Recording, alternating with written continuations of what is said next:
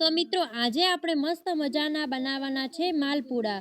માલપુડા તો તમે ઘણીવાર ખાધા હશે, પણ એકવાર દેશી ચૂલા ઉપર પણ બનાવીને ખાઈ જ જોજો. કેવા મસ્ત મજાના અને કેટલા મીઠાશવાળા આપણા માલપુડા બને છે. સૌથી પહેલાં તો આપણે ગોળવાળું પાણી છે એ ગાળી દેવાનું છે. આમાં મેં ગોળ લીધો છે, તમારી ક્વોન્ટિટી મુજબ તમે ગોળ લઈ શકો છો. અને એને પાણીમાં પહેલાં ગાળી દેવાનું અને પછી થોડોક ગરમ કરી દેવાનું, મતલબ કે નવાયો કરી દેવાનું. અહીંયા મેં તેને થોડો ગરમ કરી દીધો છે અને પછી તેને ગરણીથી સારી રીતે ગાળી દેવાનું છે. જુઓ, ચાસણી જેવું જાડું જાડું થોડુંક પાણી થઈ જશે ત્યારે એને એક બીજા કન્ટેનરમાં ગાળી દેવાનું છે. પછી આમાં આપણે ઘઉંનો લોટ નાખીને તેને બરાબર આવી રીતે ડો બનાવી દેવાનો છે. મસ્ત મજાનો આવી રીતે લોટ બનાવી દેવાનો છે. આને શું કહેવાય, મતલબ કે મને નથી આલું, ભૂલી ગઈ છું, પણ આવી રીતે તેને મસ્ત મજાનું ડાળી દેવાનું છે. જુઓ, પેસ્ટ તૈયાર કરી દેવાની છે. કેટલી મસ્ત પેસ્ટ છે ને. અહીંયા આપણે ચૂલા ઉપર તવી મૂકી છે અને તેની ઉપર અમે બનાવ્યા તો છે તેલવાળા, પણ તમે ઘીવાળા પણ બનાવી શકો છો. ઘીવાળા હશે તો પણ ચાલશે અને તેલવાળા હશે તો પણ ચાલશે. તો અહીંયા મેં તેલ લીધું છે. તવી ઉપર થોડુંક પહેલાં તેલ નાખ્યું હતું અને પછી એના ઉપર જે પેસ્ટ હતી એને સારી રીતે ઉપર કરી દીધી છે. જો આવો આકાર આપી દેવાનો. તમે ડોઈથી પણ કરી શકો છો અને બીજું કંઈક હોય તમારા પાસે તો તમે એનાથી પણ કરી શકો છો. તો એને મસ્ત મજાનો ગોળ રાઉન્ડનો શેપ આપી દેવાનો છે અને જે તે ઉપરથી સારી રીતે આપૂતરો ના ઉચકી જાય ને ત્યાં સુધી એને આપણે પાકવા દેવાનો છે. જુઓ, મસ્ત મજાનો શેપ બની ગયો છે ને. કોણ કોણ આવી રીતે ઘરે માલપુડા બનાવીને ખાય છે કોમેન્ટમાં એકવાર જરૂરથી કહેજો હો ને.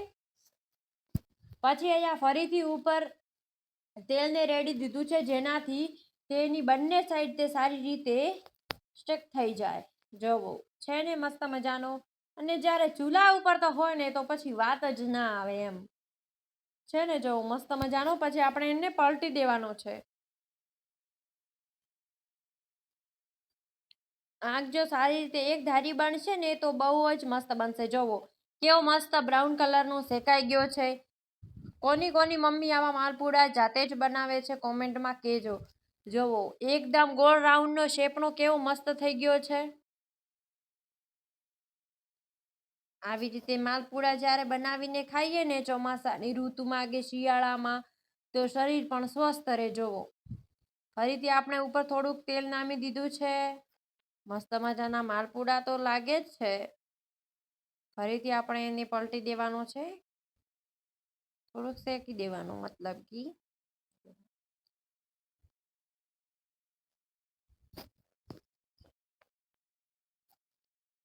તો આપણા માલપુડા તો મસ્ત બનવાના છે. તો પહેલાંથી જ તમારી ફેમિલી સાથે શેર કરી દેજો, જોથી તમે તેમના ઘરે જાઓ તો એ પણ તમને સારી રીતે ખવડાવે.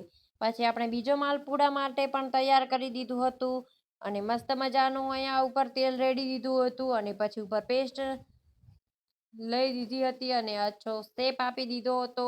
બોલવામાં થોડી મિસ્ટેક થાય છે કેમ કે મારી એક બીજી ચેનલ છે ને એમાં હું બધું હિન્દીમાં જ બોલું છું, એટલે મને અહીંયા થોડી હિચકિચાટ થાય છે. અને જો તમને મારી બીજી ચેનલ છે એ ચેનલ જોઈતી હોય તો કોમેન્ટ કરી દેજો, હું આપી દઈશ. જોવો, મસ્ત મજાની તવી ઉપર શેકાઈ રહ્યો છે. જો કેવો મસ્ત છે. આનો શેપ છે ને આપણે ડોઈથી કરીએ ને તો સારો નથી આવતો, પણ બાકી ખાવામાં તો લાજવાબ લાગે છે. એકવાર આવી રીતે બનાવીને જરૂરથી ખાજો. જોવો, છે ને. બાકી શેપ તમે ખાલી જોવો કેવો બ્રાઉન કલરનો થયો છે. જોતા જ મોઢાની અંદર પાણી આવી જાય ને એવો તો આપણો માલપુડો બન્યો છે. જોવો ખાલી તમે, છે ને મસ્ત. બાકી જોવો, કોઈ ના ઘટે એમાં. ઘરે બનાવીએ તો કોઈ ના ઘટે. જોવો, હે ને. બહુ જ મસ્ત અને ખાવામાં પણ આટલો જ મસ્ત બન્યો હતો. અને આપણો આ છેલ્લો માલપુડો હતો તો એ પણ આપણે સારી રીતે બનાવી દીધો હતો. અને જો તમને આજે આ માલપુડાની રેસીપી પસંદ આવી હોય તો લાઈક, શેર અને સબસ્ક્રાઈબ કરવાનું તો ભૂલતા જ નહીં. અને એકવાર આ રીતે ઘરે બનાવીને જરૂરથી ખાજો. તમારા ફેમિલીને પણ ખવડાવજો, તમારા બાળકોને પણ ખવડાવજો અને રાજી રાજી થઈ જશે એ લોકો તો જો જોશે નહીં. આમ જે વૃદ્ધ હોય છે એમને માલપુડા ખૂબ જ ભાવે છે, એટલે તમારા ઘરમાં પણ કોઈ વૃદ્ધ હોય તો એને એકવાર તો આ રીતે બનાવીને જરૂરથી ખવડાવજો. જો આપણે ગેસ ઉપર બનાવીએ તો આનો સ્વાદ આટલો સારો નથી આવતો, પણ જે ચૂલા માથે બનાવીએ ને તો એનો સ્વાદ નેક્સ્ટ લેવલનો આવે છે. તો મળીશું આવા નવા વિડીયો સાથે. જય હિન્દ, રાધે રાધે, બાય. જય શ્રી કૃષ્ણ. કોમેન્ટમાં કહેજો.